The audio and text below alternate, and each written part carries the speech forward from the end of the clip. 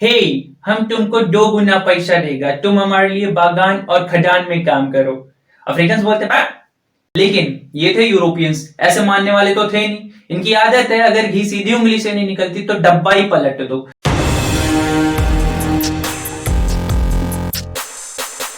पिछली वीडियो में हमने 19th सेंचुरी में ग्लोबलाइजेशन की क्या स्थिति थी वो जानना शुरू किया था। शुरू हमने किया था ब्रिटेन से, और ब्रिटेन में हमने देखा था क्या क्या टेक्नोलॉजिकल चेंजेस हुए। फिर हमने देखा था इसी ग्लोबलाइजेशन का एक नेगेटिव इंपैक्ट जो कि इंपीरियलिज्म के रूप में आया था। इस वीडियो में हम उसी इंपीरियलिज्म के नेगेटिव इंपैक्ट को ही थोड़ा कंटिन्यू करेंगे और लास्ट में समझेंगे कि भारत पर या भारत का इस ग्लोबलाइजेशन में, ट्रेड में क्या योगदान रहा था। तो इसमें जो आपको सबसे पहला टॉपिक दिखेगा वो दिखेगा रिंडरपेस्ट, जो कि अफ्रीका में फैला था। चलिए जानते हैं अफ्रीका की कहानी। होता क्या है, अफ्रीका काफी समय पहले से यानी प्राचीन काल से ही उसके पास बहुत सारे रिसोर्सेज थे।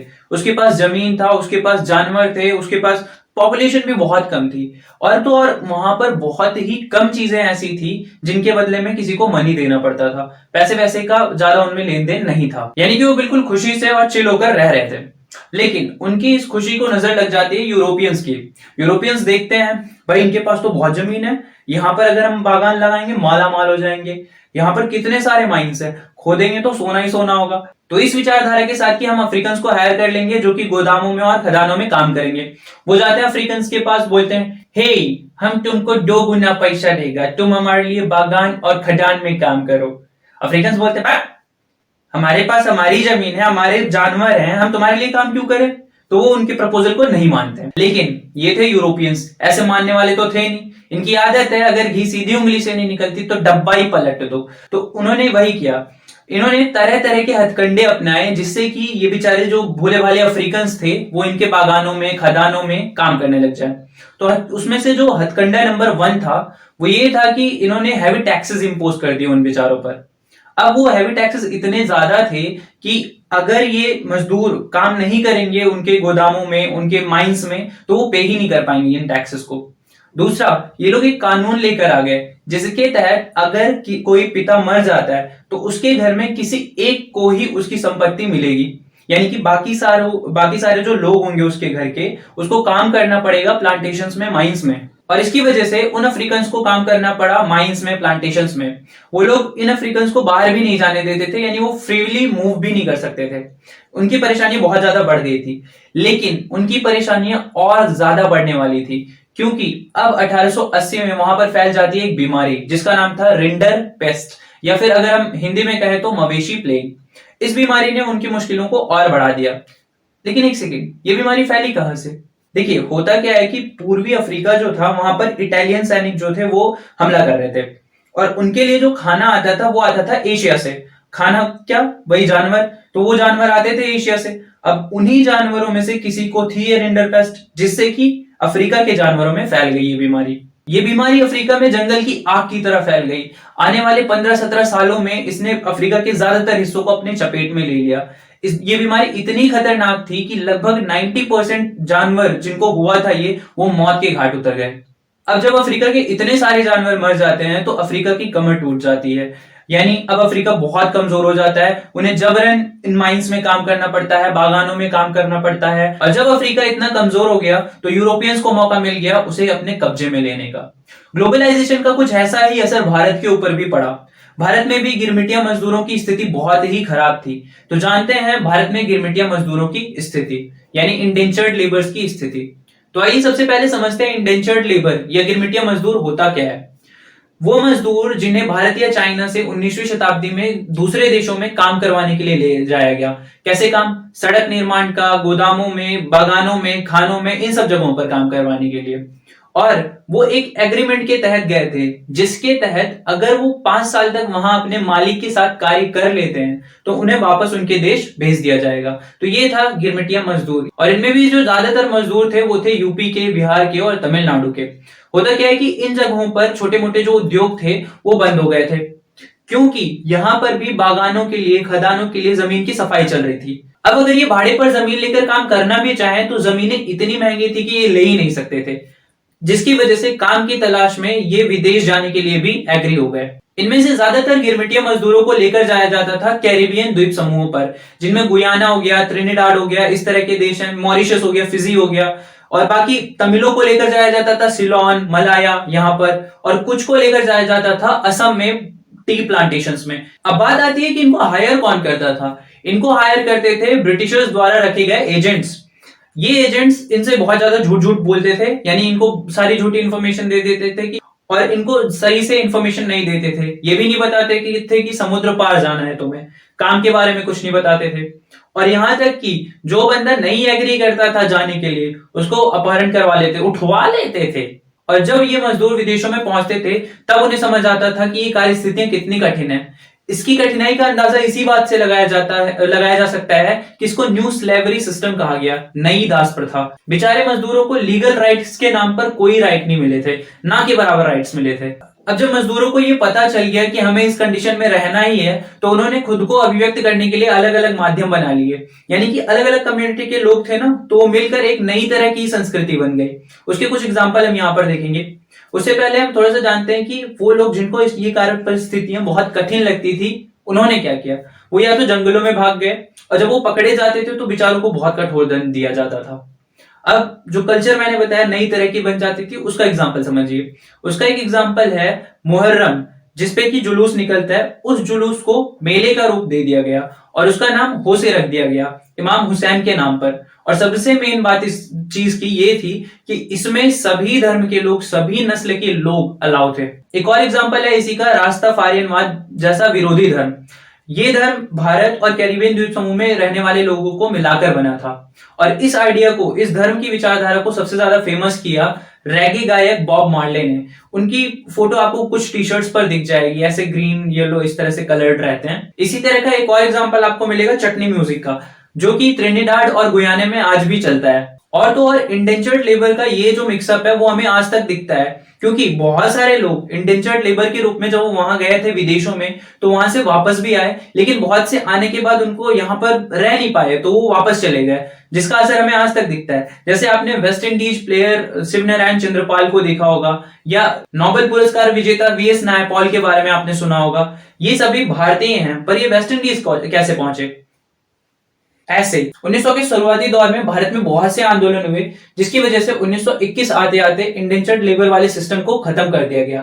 लेकिन वहां पर रहने वाले बाकी भारतीयों को अभी भी कुली कहकर बुलाया जा रहा था। सोचिए ये कितना डिसरिस्पेक्ट की बात है किसी के लिए भी। गिरमिटिया मजदूरों की कंडीशन को बयां करता हुआ राम नारायण तिवारी जी का एक स्रोत है, वो दिया गया। उसमें उन्होंने बताया कि लाख कोशिशों के बाद भी मैं उन कामों को कर नहीं पाता था। जब मैंने शुरू किया, मेरे हाथ पैर छिल गया, मुझे कड़ी जेल में रखा गया, और उसके बाद मेरे साथ बहुत सारी यातनाएं की गई, पर लाख कोशिशों के बाद भी मैं उसमें सक्सेसफुल नहीं हो पाया। तो ये तो थी भारत के गिरमिटिया मजदूरों की व्यथा। अब बात करते हैं ग्लोबलाइजेशन जो इसमें इतना हुआ, उसमें क्या भारतीय लोगों ने भी व्यापार में भाग लिया? क्या भारतीयों ने भी विदेशों में निवेश किया? इसमें कुछ महत्वपूर्ण लोगों का नाम आता है। उससे पहले हम ये समझते हैं कि जो भी बड़े व्यापारी हुआ करते थे, उनको तो बैंक लोन दे देती थी, लेकिन जो किसान हैं उनको लोन कौन देगा? तो उसमें नाम आता है शिकारपुरी श्रॉफ्स्की और नाट्टुकोटे चेट्टियार्स की। इन लोगों ने क्या किया, अपना खुद का ही एक व्यवस्था, एक पूरा सिस्टम डेवलप किया, जिसमें वो दूर दराज के लोगों को भी ऋण दे सकते थे और उसको वसूल भी सकते थे। फिर बात आती है हैदराबादी सिंधियास की। उन्होंने इस अवसर का फायदा उठाया और उन्होंने बड़े बड़े इंपोरियम्स खोले। इंपोरियम का मतलब होता है जैसे मॉल जैसा ही होता है, जिसमें वैरायटी ऑफ थिंग्स जो है मिलते हैं। तो ये तो थी इंडिविजुअल एंटरप्रेन्योर्स की बात। अब बात करते हैं ग्लोबलाइजेशन का या कोलोनियलिज्म का पूरे भारत पर, ओवरऑल भारत के ट्रेड पर क्या इंपैक्ट रहा। शुरुआत से ही भारत यूरोपीय देशों को भेजता था अपना कॉटन क्लॉथ, लेकिन ब्रिटेन में इंडस्ट्रियलाइजेशन हो गया, जिसकी वजह से उन्होंने अपना खुद का टेक्निक डेवलप कर लिया, और तो और उन्होंने टैरिफ बढ़ा दिए, जिससे कि भारत अब वहां पर अगर बेचने जाएगा तो उसको महंगा पड़ेगा। तो भारत के लिए ब्रिटेन के दरवाजे बंद, और भारत को कंपीट करना पड़ा विश्व के क्लोथ से, यानी दुनिया में जो अच्छी क्वालिटी के क्लोथ्स बन रहे हैं उससे। तो भारत का जो क्लोथ था कॉटन वाला, वो बहुत ज्यादा गिरने लग गया। उससे रिलेटेड एक फिगर दिया गया है, 1800 में पूरा जो एक्सपोर्ट किया जाता था भारत से, उसका 30% मात्र कॉटन क्लोथ हुआ करता था। 1815 में ये घटकर 15% रह गया, और 1870 आते आते ये मात्र 3% रह गया। तो क्या भारत का व्यापार बिल्कुल ही बंद हो गया? नहीं। अब भारत सप्लाई करने लग गया रॉ मटेरियल्स को।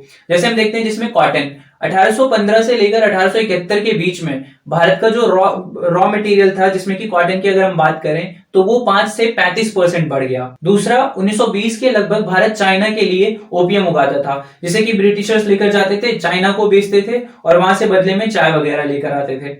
तीसरी चीज, इंडिगो बहुत ज्यादा उगवाई जाती थी भारत में। तो इस तरह से कच्चा माल जो था वो भारत से उगाकर और विदेशों में ले जाया जाता था, जिसकी वजह से ब्रिटेन हमेशा भारत से सरप्लस में रहा। सरप्लस का मतलब देखिए, भारत ब्रिटेन को देता था कच्चा माल, कच्चा माल होता है सस्ता, और ब्रिटेन भारत को देता था बना बनाया माल, और बना बनाया माल हमेशा महंगा होता है, जिसकी वजह से ब्रिटेन हमेशा सरप्लस में रहता था।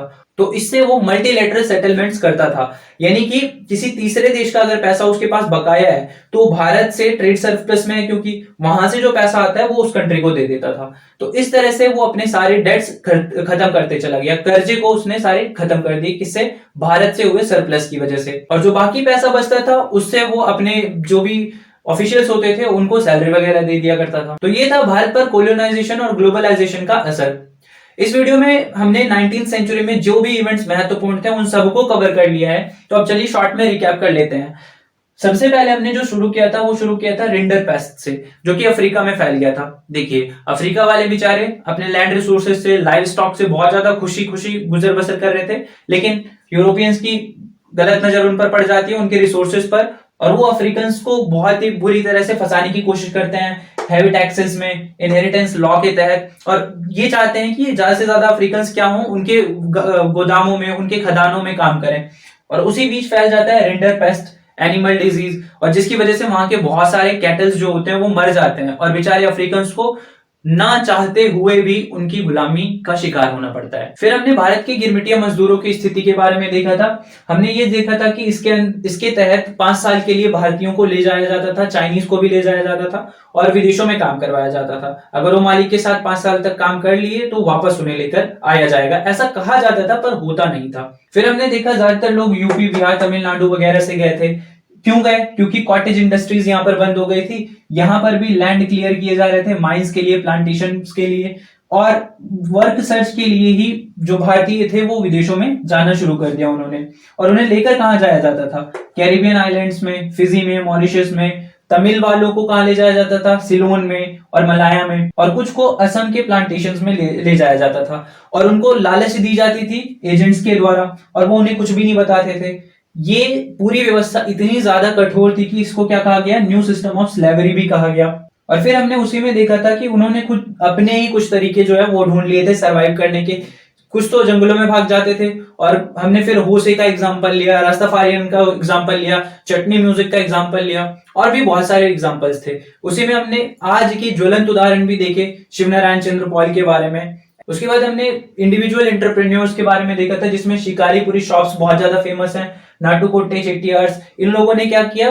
पूरा लोन बांटने की एक व्यवस्था डेवलप कर ली खुद से, वो भी। फिर हमने हैदराबादी सिंधियास के बारे में देखा था, जिन्होंने एम्पोरिया बनाया था। और लास्ट में हमने देखा था कि कोलोनाइजेशन की वजह से और फिर ग्लोबलाइजेशन की वजह से कैसे भारत से सिर्फ कच्चा माल जो है वो बिकना शुरू हो गया, और बाकी तैयार माल जो है वो ब्रिटेन से ही आया करता था। तो इस तरह से हम 19th सेंचुरी के बारे में ओवरऑल जान चुके हैं कि ग्लोबलाइजेशन की क्या स्थिति थी। तो इस वीडियो के लिए इतना ही। अगली वीडियो में मिलते हैं आपसे और जानेंगे विश्व युद्ध में मची हुई अफरा तफरी के बारे में। तब तक मौज करिए। जय हिंद।